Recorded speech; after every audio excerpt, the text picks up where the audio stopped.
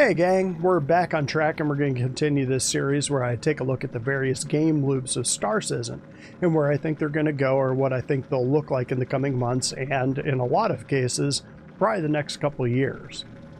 This time we're going to be tackling one I think is interesting but most people think of as a side or a supplemental game loop.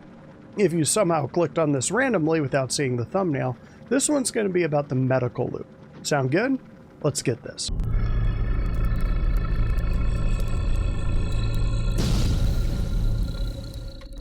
So on a few of these smaller or less developed loops, or loops we just have less information on, I've gone a little bit shorter on these vids. Just given the importance of this loop, however, and how complicated it could be, I'm not sure that'll be the case with this one. In this series, I look at a loop holistically and see if I can break down what I think it'll look like in the future, and then in a couple of years we can look back on it and see how close I was to the mark. For the medical game loop, the loop starts in an obvious place. Someone gets hurt or sick. And yeah, don't worry, I'll get into that now. This whole thing might tie into the science and research loop. So, someone gets hurt and they need help to get healed up. CIG has let us know there will be 3 tiers for the medical system. Well, okay, technically 4. For whatever reason, they decided to go the opposite direction on the tier list. So at 4, it's a mild injury, and at tier 1, death is likely imminent. In the current iteration of the game, we really only have the mild injury, and I'm calling tier 4 for this vid. Tier 3, which requires a med bed, and then a down state, and then death. Okay, so I guess 5 tiers? Let's call death tier 0, because I think CIG will say that dead is dead. And then you have to go through the res process at that point and knock one of those lives off your spaceman. And yeah, I'll be talking a little bit about death of a spaceman too. Let's start at the bottom. This tier, like I was saying, technically doesn't exist as an official tier, but it's a place to start. These tiers are ones the injured person can heal themselves with a med gun or a med pen. Basically, there's an injury that impacts the character's health pool, but otherwise doesn't really impact them. In this case, while part of the medical loop, outside of the med pen or the med gun, there's not really any special gear needed, and there's not any special loop training that's needed. Obviously, this is the game right now. And speaking of, this is where the loop really starts to get rolling, because at a tier 3 injury, you actually do need a med bed to cure the injury or ailment. While the wound here is minor, it will have in-game impacts. This is in the game right now, and if you've engaged in any PvP or PvE, you've probably bumped into it. You take a tier 3 on a leg, you're going to limp and your movement will be restricted. Chest, you're going to have problems breathing, and if you're used to sprinting around, well, that's going to be a problem. Your heart rate is going to spike and you could even pass out. Head wounds obscure your vision. While each of these effects can be mitigated by some of the specialized med pens or specific settings in the specialized med gun, that's just a temporary solution. In other words, it treats the symptoms, not the underlying causes. Additionally, a tier 3 injury caps your total health pool at a lower amount. So even if you use med pens to get the health back from the damage, you'll only recover some of it. You won't recover it all until the underlying injury is fixed. In order to fix those, you need a med bed, or maybe an industrial-sized med gun. Who knows? For right now, though, med bed. Once in the bed, the patient just seems to be instantly cured through the power of beams.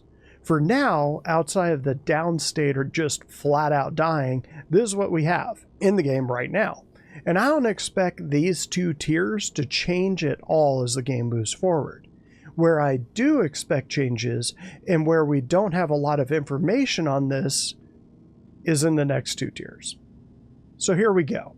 Per a write-up CIG did on the release of the Apollo concept, basically where they had their Q&A, we got a little more information on what this tier and the next one will be.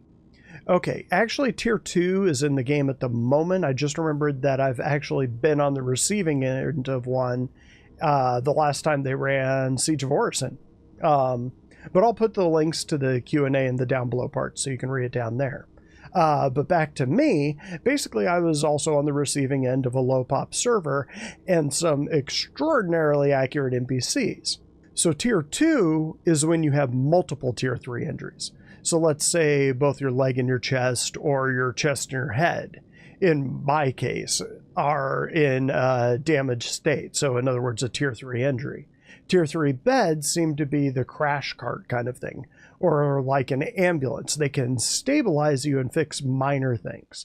I think I healed that in the regular med bed, so I was able to clear both tier 3 injuries through the med bed. So tier 2 injuries can also be a single injury that's much more severe than the tier 3 injury. And I think this is where the loop will eventually start to change. Tier 2 beds are a bit more rare, and I'm thinking that eventually they'll take a lot longer to heal. And yeah, I'll be getting into that in a second, tier 2. Actually, let's get into it right now. So currently you take an injury, you stab yourself with a med pen, you're fine. If you have a tier 3 injury, you have to find a med bed, any med bed, and roughly 5 to 10 seconds later, again through the power beams, you're fine. Real good chance you spend more time getting to the med bed than in the med bed. Or if you're lucky and you had enough foresight, you have the other pins that can kind of mitigate the effects of whatever that injury was.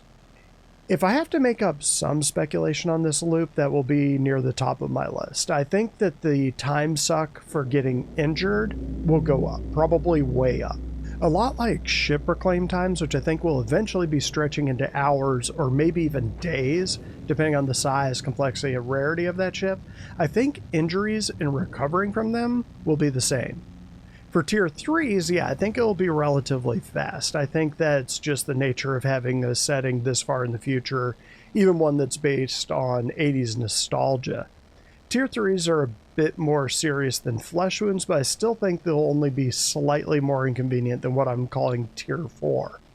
You'll just have the extra step of having to have a med bed in order to fix the underlying issues, and then yeah, probably a couple of minutes under the beams and you'll be fine. And yeah, note I said a couple of minutes. I do think that timer will go up a hair.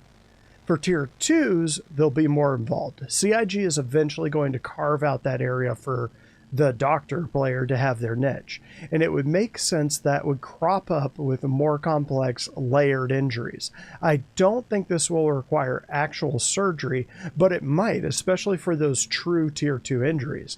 And that's a part of this loop we haven't seen or heard about yet. We know they have hospitals, and with as much effort as they've put into both the settings of the hospitals and the NPCs in that hospital, they do intend for there to be a not insignificant gameplay around them. So it's going to be more than just spawning in a bed and running to the elevator and running out the front door. Again, as opposed to a couple of minutes for a tier 3 injury or multiple tier 3 injuries, you'll still be able to heal up in that bed and it'll be relatively quick. The trick will be with some of those singular tier 2 injuries, the ones where the injury is fairly severe. I think this is where the doc will come in, and it'll probably start to matter what kind of facility you're in. For that second part, think Grimhex versus Orison. Orison is going to have much nicer facilities, better trained docs, better equipment, whereas Hex won't. So what does that mean for the patient? Well, it will probably increase the chances of something going wrong. So think of an infection or losing a limb, perhaps a permanent injury if the operation is really flubbed. And again, I think a true singular tier 2 injury, so one really severe rather than a couple of lighter ones, could potentially knock a player out of commission for longer than a couple of seconds. Why? If CIG goes this route, it'll be kind of a heads up that death of a spaceman is a thing, kind of a light warning of what's to come. Of course, balancing that out is tricky. You can take away someone's character for a few minutes, but more than an hour is probably too much, at least for something like this. That said, when I was running Siege, I got hit with a tier 2, like a true tier 2, once. But I'm a relatively cautious PvP and PvE player, just given my own history with PvP games. So if people are playing Star Citizen like it's Call of Duty and spring around everywhere trying to jump snipe people, I'm I'm actually okay with them being put on ice for a little bit to figure out that this game is not that game. Again, I'm talking minutes, or maybe 10 minutes or so at the most. CIG would have to balance this out over time or dial it in just to drive the point home. A tier 2 injury is more serious than a flesh wound, and again, I think they'll have to, once they start dialing in what these different tiers do, they'll have to balance in when they occur. So do they want to make tier 2s more or less rare based on what kind of damages characters are taking? So if the facilities are bad, the doctor is bad, or so on, a tier 2 injury could actually lead to some lasting scar or even injury, maybe even capping the character's overall health pool, having them lose a limb, or maybe even a lesser version of the effects from a tier 2 injury, so a minor limp or a slightly lowered movement, lower stamina, that sort of thing. So it would really make a character kind of do the risk-reward thing. If you want to be in a lawless system and live on a lawless station, you're going to pay the price with lawless medical care. For the gameplay itself, a player doc should be able to use those med beds in some kind of mini-game, of course, and beams, to fix up the patient. How well they do that will lead to a good result or a bad result that I just mentioned. And this is where things get really serious. At tier 1, a player is likely in a down state. Actually, check that. They're almost definitely in a down state. These are life-threatening injuries, and as soon as the player drops, the clock is ticking. I'm assuming some injuries will lead to faster counters than others, so headshot probably don't have a real long time before that clock hits 0 and regeneration kicks in. The real question will be if they make tier 1 injuries more common. Right now, there's no reason to because it would just be too punishing. But once the servers are working, NPCs are working, and this loop is starting to be fleshed out, yeah, you might have 3 to 5 minutes to grab someone and put them in a tier 1 bed before they expire, as opposed to, I think it's like an hour and a half or so you have right now. Losing limbs, scars, that sort of thing, provided the patient survive, should be expected with even good results of the tier 3 injury. These are very serious injuries, and if tier 2s are a light warning, this will be a big-ass wake-up call. Death, the actual death of your character, is a real thing in this game, and you will have a constant reminder of how close you've got. The gameplay for the tier 2 injury should be engaging. It doesn't need to be real high stakes. You screw up and somebody gets a cool scar or something, it's not that bad. If the doc really botches the process and lowers the overall health pool of a character, well, okay, that's a bit more impactful. On the flip side, the gameplay for a tier 1 injury, the doc gameplay for it, should be very harrowing for the doctor. You're racing the clock with the patient's life, and you have to be extremely precise and use all of the tools in the medical loop. The right drugs at the right time, the right cutting tools, high quality tools, and yeah, beams. It's always beams, people, you know this. Every loop is beams. In my head, I see something like the old game Operation, but obviously modernized. I'm sure CIG will come up with something creative and fun, and it will probably build on some of the medical operation style games that are out there right now. If done right, this could be a lot of what I'm predicting for the salvage and mining loops combined. With salvage, as I've said in my discussion on that loop, you'll probably have to do things in a specific order to really pull off the loop in an effective and efficient manner. With mining, you have to be very precise and do the right thing at the right time. Same thing with sickness and disease, which CIG has said will be a thing. The real question here is whether the doc will actually be doing the research or if they'll just be relying on the recipes cooked up by the people doing the science loop. At a guess, it'll probably be a little bit of both, because I would think the medical loop would call to a lot of the same people that the science loop does. Just based on hints CIG has dropped over the year, there's a real good chance we'll be staring down some interstellar pandemic at some point. Well, okay, some point when the pandemic we just went through in reality is a little less fresh. Done right, the medical loop at this tier should be a little bit of salvage and a little bit of mining at the same time. Do the right thing at the right time in the right order with the right tool. and have higher quality stuff. So the loop itself will take time on its own, and if an NPC is doing the work, a player is going to be at the mercy of a few dice rolls, and then the recovery. Yeah, I think the recovery from a tier 1 injury will be a while. A lot like what I think will eventually happen with ship reclaim timers. I think getting your character back up and moving after a tier 1 might take hours or maybe even days. Maybe. And maybe they can cut that time down considerably by doing PT or by being in a high quality location. Surgery goes down in Orison, you're maybe back up in a couple hours. Pyro, maybe a day or two. Blazingly fast for reality, but CIG would need to be careful with how they implement that. There needs to be balance in there. It should be deterring in a way, but it shouldn't be overly punishing. CIG wants people actually playing their game after all, even if they just squeak by and almost died. Otherwise, well, the chances of having the patient having a permanent tier 2 injury is probably in the cards, as is something like losing a limb, or in the worst case, losing your lives. And that brings us to Death of a Spaceman has evolved over time. CIG waffled in the early days of how harsh they wanted this mechanic to be, but the mechanic itself has been there since day one. Originally, you'd just be in a down state, basically tier 2-ish or even tier 1, and you just have to be healed, and if you weren't, permadeath.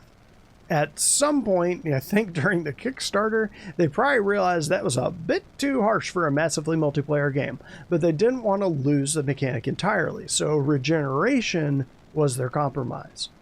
At first, when they implemented this, any medbed could be used as a respawn point, and of course at this point in the game there was no limit to it. You might hit SEAL Team 6 in a bunker and respawn 5 times in a row without a second thought. Well, okay, not a second thought outside of having to re-grab all your gear and waiting for the reclaim timer on your ship, I guess. But that will definitely be changing. Maybe not real soon, but it's absolutely in the cards. CR said a few times they want regeneration to eventually be a little traumatizing. Not sure how they'll pull that off in-game though, outside of just role-playing, but Death of a Spaceman is still out there, lurking. Basically, you have a set number of lives. At least from what CIG has said, it'll be a number that's semi-random. I'm guessing it'll be a range. I mean, it'll almost have to be. And it won't be a tiny number, so think more like 15 lives than, say, 3.